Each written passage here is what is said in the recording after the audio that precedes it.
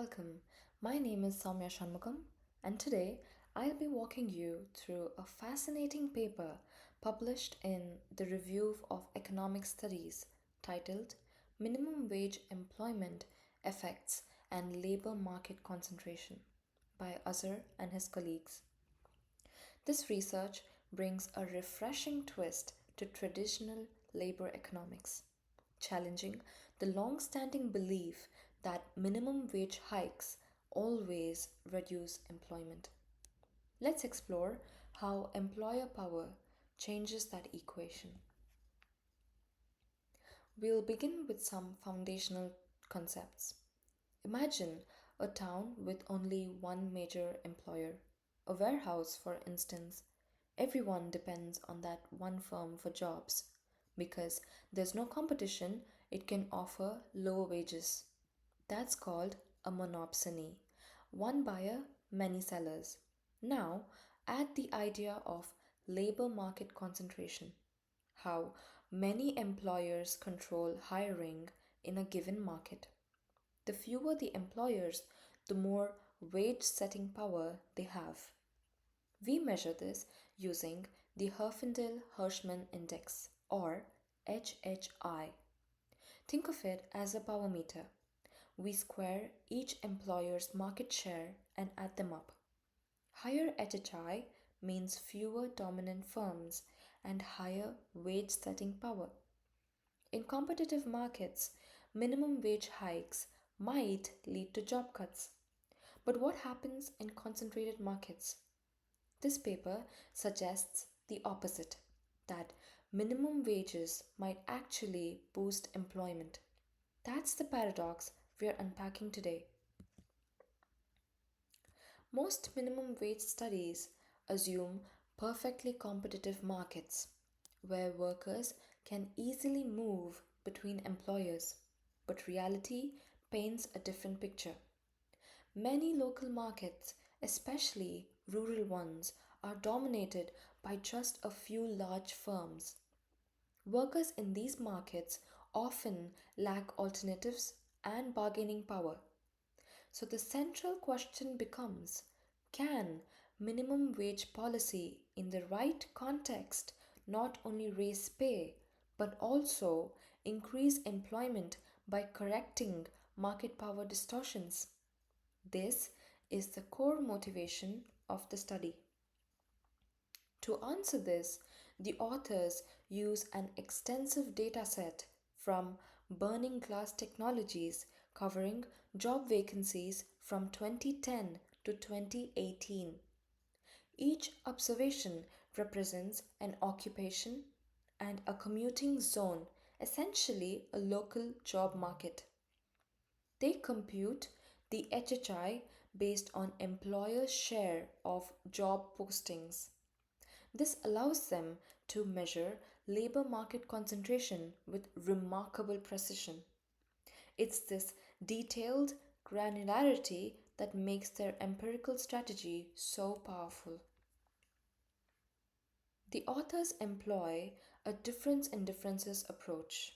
They compare labor markets before and after minimum wage hikes, using states that did and did not change their policy. The key comparison is between high versus low concentration markets. Why is this clever? Because it exploits policy variation across time and space and holds constant local shocks using fixed effects for occupation and geography. This helps isolate the true effect of minimum wage policies in different market structures. But the authors don't stop there. They allow treatment effects to vary based on HHI, capturing nonlinear dynamics. And what they uncover is striking. There's a threshold effect. Only in highly concentrated markets where HHI is above 0.25 do minimum wage hikes significantly raise employment. In more competitive markets, the effect is minimal or even slightly negative. This helps confirm causal inference. that the policy works differently depending on the level of market power. So, what are the main takeaways? In low concentration markets, minimum wage increases have little to no effect on employment, whereas in high concentration markets, minimum wage increases lead to both higher wages and higher employment. For example, occupations like cashiers, stock clerks, and retail salespersons, where concentration is typically high, show significant positive employment effects. This challenges the traditional model and shows that minimum wage can be a corrective tool in markets distorted by monopsony.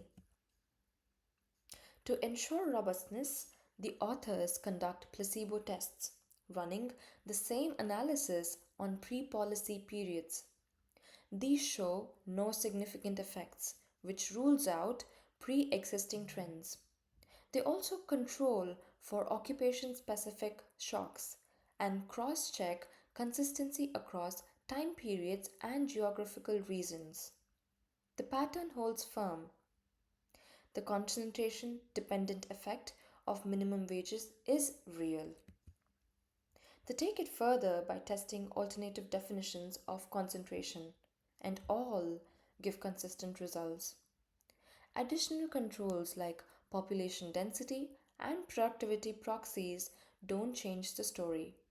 Even in subsamples with 8 plus quarters of clean data, the findings remain robust. This level of validation reinforces the credibility of the results. This paper reframes the minimum wage debate. It tells us that market structure matters. In highly concentrated labor markets, a higher wage floor doesn't hurt, it helps. Minimum wage acts not as a distortion but as a corrective force that restores fairness and boosts employment.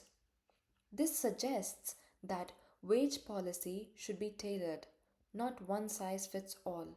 Policymakers need to incorporate measures like HHI when designing interventions. Of course, there are limitations.